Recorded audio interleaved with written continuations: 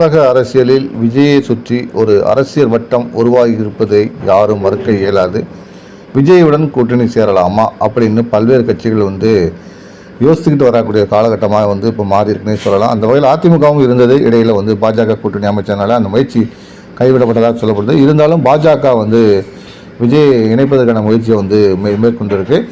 இதில் இன்னொரு விஷயம் பார்க்கணும்னா, தேசிய கட்சியான காங்கிரஸ் கட்சியும் விஜயை தங்கள் அணிக்கு, அதாவது விஜய் தலைமையிலான ஒரு அணியில் காங்கிரஸ் இணையலாம் அப்படிங்கிற மாதிரி ஒரு கருத்தும் நிலவுது. அது சம்பந்தமான ஒரு விஷயம் தமிழ்நாடு காங்கிரஸ் அலுவலகத்தில் விவாதிக்கப்பட்டிருக்கு. காங்கிரஸ் கட்சியுடைய டெல்லி மேலிட பார்வையில் பேசியிருக்காரு. அப்போது விஜய் குறித்தும் சில தகவல்கள் அவங்க பேசியிருக்காங்க. விஜயுடன் கூட்டணி அமைத்தால் காங்கிரஸுக்கு பிரகாசமான எதிர்காலம் இருக்கும் என்று காங்கிரஸ்கார சிலர் கருத்து வச்சிருக்காங்க. இப்போ அதில் மாநில தலைவர் செல்வ பெருந்தகையே பங்கேற்றிருக்காரு.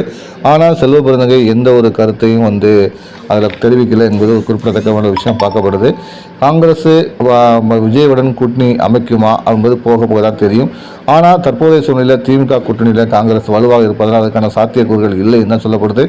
இருந்தாலும் காங்கிரஸ்லேருந்து இருந்திருக்க இந்த சர்ச்சையை பார்த்தீங்கன்னா புதிய கூட்டணியை காங்கிரஸ் அமைப்புக்கு முயற்சி செய்கிறதா இந்த கேள்வி எழாமல் இல்லை. வியூகங்கள்லாம் கிளப்பப்பட்ட ஒரு சூழலில் விஜய் தரப்பிலிருந்து எந்த ஒரு சலனமும் இல்லாமல் இருப்பது தான் இன்னும் கூடுதலான ஒரு விஷயத்தை ஏற்படுத்தியிருக்கு. விஜய் என்ன முடிவெடுக்க போகிறாங்கிறது போக தெரியும்.